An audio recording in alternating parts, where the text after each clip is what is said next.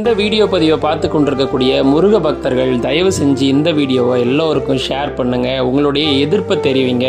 என்ன காரணம்னா, நம்ம பார்த்துட்டு இருக்கக்கூடிய இந்த முருகன் சிலை சேலம் மாவட்டத்தில் இருக்கக்கூடிய தாரமங்கலத்துக்கு அருகாமையில் தாங்க கட்டப்பட்டிருக்கு.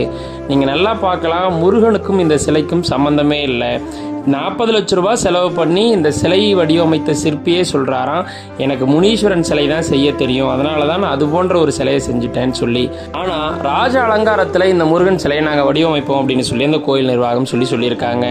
தெரியாம தான் கேட்குறேன், ராஜ அலங்காரத்தில் முருகன் எப்படி இருப்பார்னு உங்களுக்கு தெரியாதா? 40 லட்ச ரூபாய் செலவு பண்ணி ஒரு கார்ட்டூன் வீடியோவில் வர்ற ஃபோட்டோ மாதிரி பண்ணி வச்சிருக்கீங்க.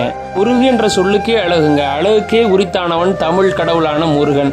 அந்த முருகனை சிதைக்கிறத ஒருபோதும் நாங்கள் ஏற்றுக்க மாட்டோம். எனவே எதிர்ப்பு தெரிவிக்கிறோம். தமிழர்களுடைய அடையாளங்களை அழிக்கும் விதமான செயலுங்க இந்த செயல். தயவு செய்து இதை உடனே நிறுத்தணும். நம்ம வீடியோ பார்த்துட்டு இருக்கவங்க உடனே ஷேர் பண்ணுங்க இதை.